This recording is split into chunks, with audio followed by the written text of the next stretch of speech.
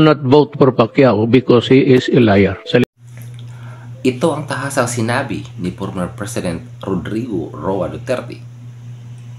Do not vote for Manny Pacquiao because he is a liar.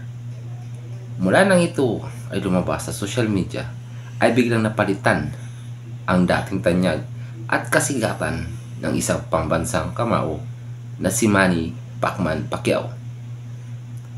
Noong unang pagtakbo ni Manny sa Senado ay wala pa siyang karanasan noon sa pagkasenador. Ngunit matatandaan natin na kung saan yun rin ang pagtakbo ng pagka-presidente ni former President Rodrigo Roa Duterte na noon ay isang underdog sapagkat siya lang ay ang tatanging persona na tumakbong pagka-presidente na isang di hamak na mayor lamang.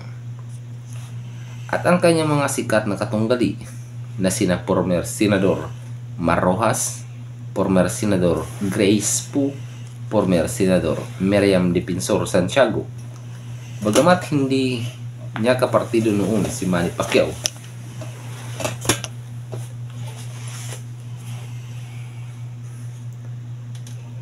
sa Partido ng Demokratikong Pilipino o Lakas ng Bayan o mas kilala sa tawag na PDP Laban, ay sinuportahan noon ni dating Pangulong Rodrigo Roa Duterte si Manny Pacquiao na humantong o isa sa naging dahilan ng pagkapanalo noon ni Pacquiao sa pagka-senador.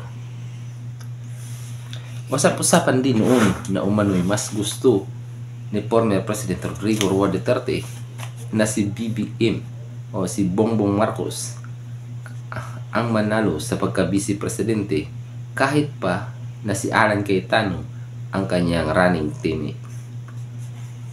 Ngunit ganun pa man ay si Leni Robredo ang nagwagi sa pagka-vice presidente na ka-running teammate naman ni Mar Rojas na mas kinala sa tawag na Dilawan o kakamping sa ngayon. So sa tingin nyo mga lodi, mga kadigong, napakalaki talaga ng impact ng sinabi ni Duterte na wag ibuto itong si Manny Pacquiao. At halos na ata ng mga bumuto sa Duterte ay hindi napabilang o hindi din na binoto si Manny Pacquiao. Maliban na nga lang ata sa mga lugar kung saan teritoryo ni Manny Pacquiao, yung Jensan, yung Sarangani, pero marami talaga ang hindi bumuto sa kanya.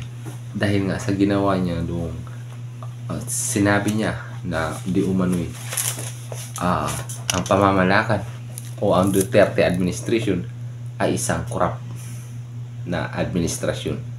So yun, at yun po mga lodi.